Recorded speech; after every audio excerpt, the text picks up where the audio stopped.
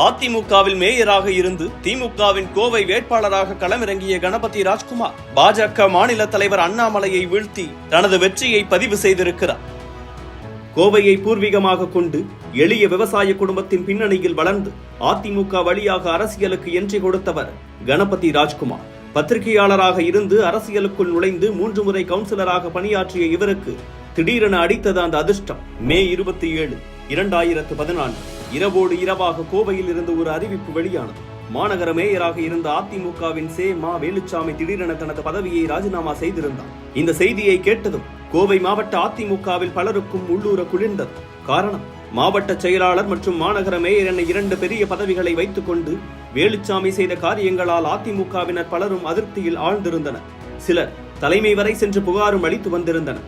தற்போது அவருடைய ராஜினாமா மகிழ்ச்சியை கொடுத்தாலும் அடுத்த மேயர் யார் என்ற கேள்வி எழுந்தது. வேலுச்சாமி மீது கோபத்தில் இருந்த ஜெயலலிதா தனது கடைக்கண் பார்வையை கணபதி ராஜ்குமார் மீது திருப்பி இருந்தார். இடைத்தேர்தலில் அவரது பெயரை மேயர் வேட்பாளராக அறிவித்து இன்ப அதிர்ச்சியில் ஆழ்த்தியிருந்தார். திமுக தேர்தலை புறக்கணித்திருந்ததால் கணபதி ராஜ்குமாரின் வெற்றி மிக எளிதாக அமைந்தது.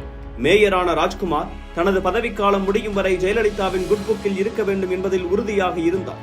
ஜெயலலிதாவே நேரடியாக தேர்வு செய்த மேயர் என்பதால் கட்சிக்குள்ளும் அவருக்கு மதிப்பு அதிகரித்தது. தொடர்ந்து மாவட்ட செயலாளர் பதவியும் தேடி வந்தது. 2016 ஜெயலலிதா காலமானதால் அதிமுக தலைமை இல்லாமல் தள்ளாடியது. சசிகலாவை எதிர்த்து OPS தர்ம யுத்தத்தில் குதித்தார். அதிமுகவில் அங்கொன்றும் இங்கொன்றுமாக அவருக்கு ஆதரவு எழுந்தது.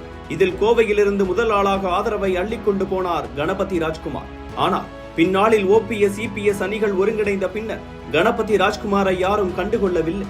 OPSக்கு ஆதரவு கொடுத்ததால் தான் என்னை அதிமுகவில் புறக்கணிக்கிறார்கள் என ஓப்பனாகவே ஸ்டேட்மெண்ட் கொடுத்தார் கணபதி ராஜ்குமார். கோவையில் இருப்பது அதிமுக அல்ல, வேலுமணி திமுக என வேலுமணி செய்து வரும் செயல்களை மீடியாக்களிடம் புட்டு வைத்தார். வேலுமணிக்கு யாரையாவது பிடிக்கவில்லை என்றால் அவர்களை கட்சியை விட்டு நீக்காமல் அவர்களின் முக்கியத்துவத்தை படிப்படியாக குறைத்து காணாமல் ஆக்கிவிடுவார் என குற்றஞ்சாட்டினார். கட்சியில் தான் ஓரம் கட்டப்பட்டதை பொறுத்துக் கொள்ள முடியாத கணபதி ராஜ்குமார் ஏற்கனவே தனக்கு முன்னால் திமுகவில் ஐக்கியமான செந்தில் பாலாஜிக்கு தூதுவிட்டார்.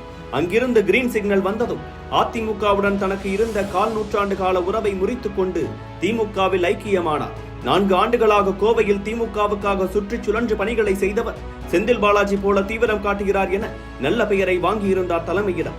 இதுதான் 2024 மக்களவை தேர்தலில் கோவை வேட்பாளராக கணபதி ராஜ்குமாரை திமுக களமிறக்க காரணமாக மாறியது. அதே தொகுதியில் பாஜக மாநில தலைவர் அண்ணாமலை நேரடியாக களமிறங்கினார். அதிமுக சிங்கை ராமச்சந்திரனை களமிறக்கியது. பிரச்சார களத்தில் அண்ணாமலையும் சிங்கை ராமச்சந்திரனும் மோதிக்கொண்டதால் மீடியா வெளிச்சம் முழுக்க இருவரின் மீது மட்டுமே இருந்தது. தேர்தல் கருத்து கணிப்புகளும் கணபதி ராஜ்குமாரின் வெற்றி கேள்விக்குறிதான் என பீதியை கிளப்பின. ஆனால் அத்தனை கணிப்புகளையும் மீறி 1,18,068 வாக்குகள் வித்தியாசத்தில் வெற்றி பெற்றிருக்கிறார் கணபதி ராஜ்குமார். அவரை எதிர்த்து களமிறங்கிய அண்ணாமலை 2ஆம் இடமும் அதிமுக வேட்பாளர் சிங்கை ராமச்சந்திரன் 3ஆம் இடமும் பெற்றிருக்கின்றனர். கணபதி ராஜ்குமாரின் இந்த வெற்றியின் மூலமாக 28 ஆண்டுகளுக்கு பிறகு நேரடியாக கோவையை கைப்பற்றி இருக்கிறது திராவிட முன்னேற்ற கழகம்.